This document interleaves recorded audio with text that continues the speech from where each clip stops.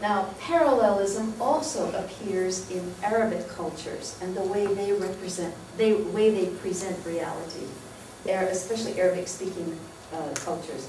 But their purpose is not to reconcile paradox or to achieve equilibrium among competing voices.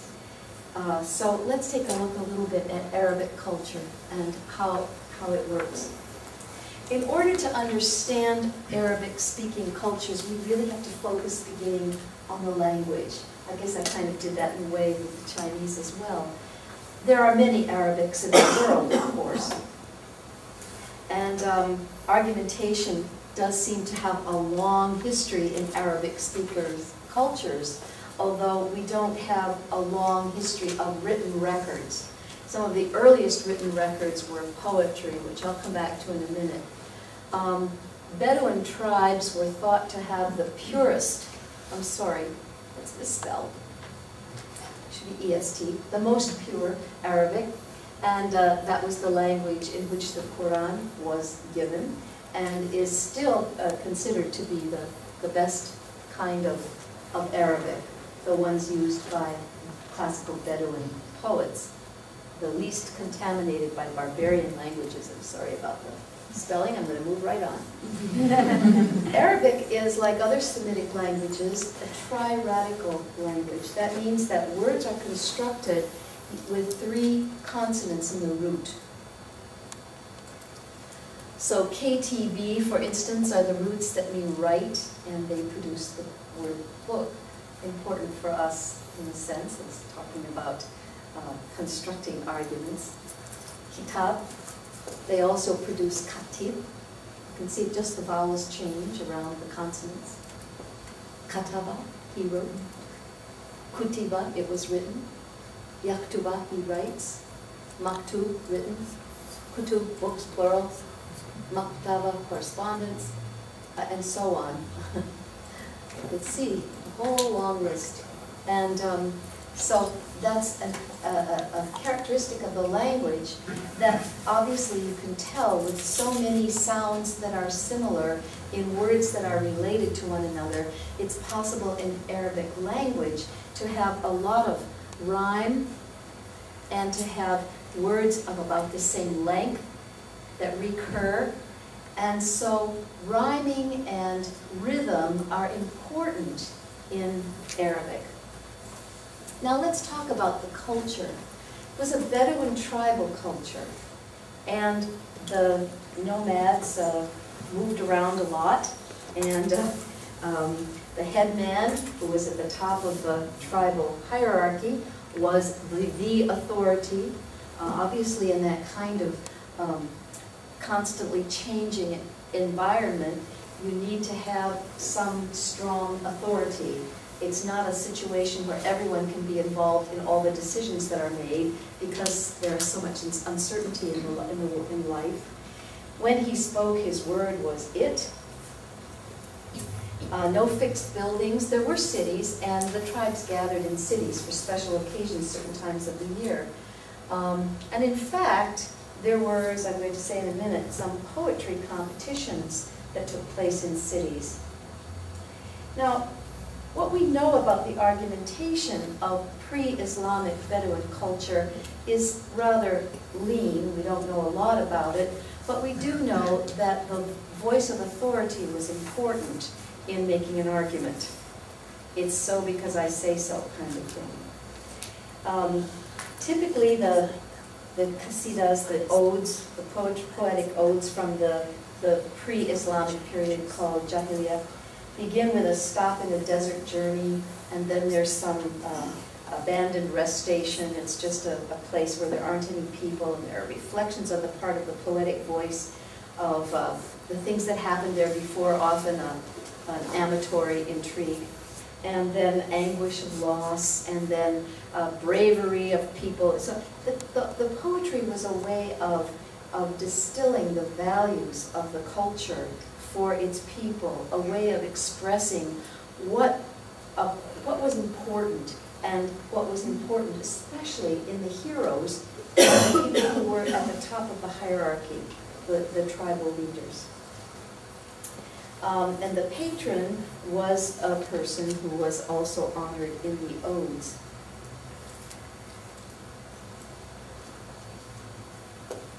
Poetry was really considered to be the sum of the Arabs' wisdom.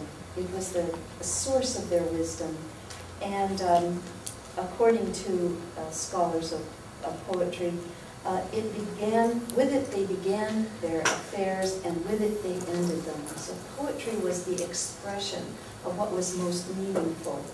It gives examples of heroism, betrayal, suffering, loss, and triumph. And as I've mentioned in this slide, poetry, because of its incantatory rhythms and rhymes, was connected to magic in people's minds, a kind of legitimate magic.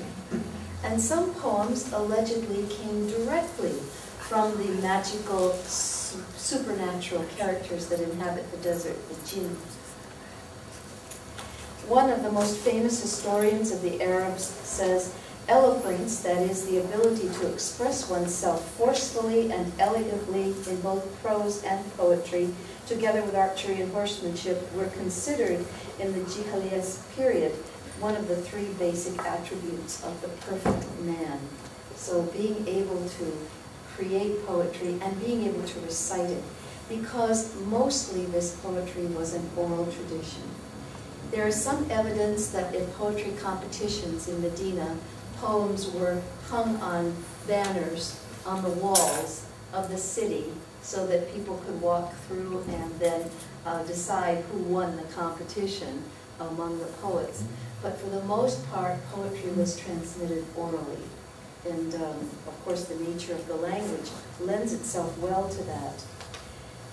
The odes used only one rhyme throughout the whole poem, and many of them were up to 80 lines long. So again, the whole nature of the language itself, the way that things can rhyme and so on, is important. I'll just say another word about the poetic line. It has a hemistich in the middle, a pause, and so a line of Arabic poetry has the same kind of balance to it that we saw in the Chinese phrases. The notion is that you can repeat in the second half the same sounds, the same number of syllables, and have rhyme and rhythm as you did in the first half of the line. And so it's a way of transmitting the vocabulary, the sounds, and so on. No people in the world, perhaps, manifest such enthusiastic admiration for literary expression and are so moved by the word, spoken or written, as the Arabs. And this is not my conclusion. This comes again from a historian named Philip Hitti. Hardly any language seems capable of exercising over the minds of its users such an irresistible influence as Arabic. Now, what has this got to do with the way people reason? Well, it has a lot to do with the origins of thought before the Quran, which is very much a part of the same tradition. The Quran was not simply written down by people. It was dictated by the Archangel Gabriel to an illiterate tribesman named Muhammad, and he memorized what he heard and eventually taught it to people who wrote down the various bits of teaching that they heard from him. Eventually, by 652 AD, they were compiled together in a written form. This constitutes, the Quran, constitutes the first book in Arabic for Arabic-speaking peoples. This was the first book. And the verses, the surah, are rhymed. They have a rhythm. They're not called poetry, but it is rhymed and rhythmic in a form called saj. And that, of course, helps lend itself to oral transmission. It's important to remember that for believers, the Quran is held to be the revealed Word of God. It's not a written book. It's the revealed Word of God. And, of course, that makes Arabic the language of God. So Arabic that was already kind of magical in the minds of the nomadic Bedouin peoples, now has the status in their minds of the holy, sacred language.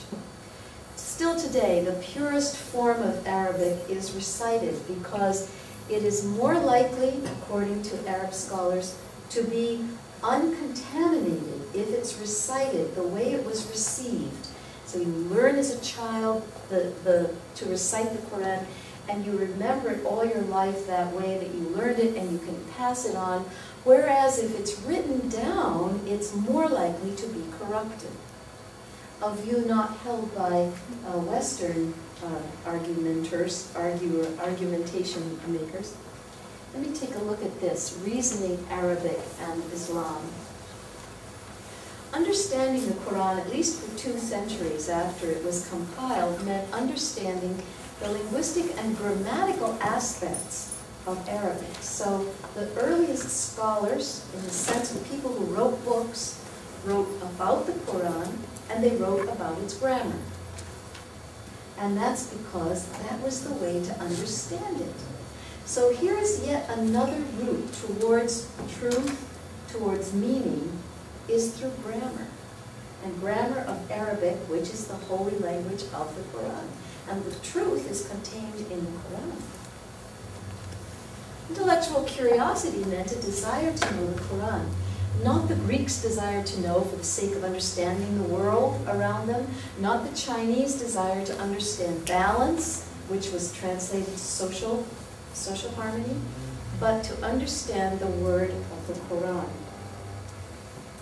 And one of the interesting things about this, besides the fact that it's so focused on the language, is that in subsequent centuries, from the Quran through the caliphates, the people who were the head of the institutions of Islam as well as politically the forces, authoritative utterances were not open to debate. The authority of the Quran was not to be challenged. The authority of a caliph was not to be challenged. Remember, we had an authoritative voice in the tribal leader, the headman, that was not to be challenged.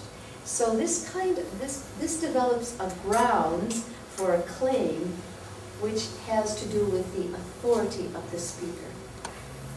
This is what is because I say so. And this is another kind of argumentation.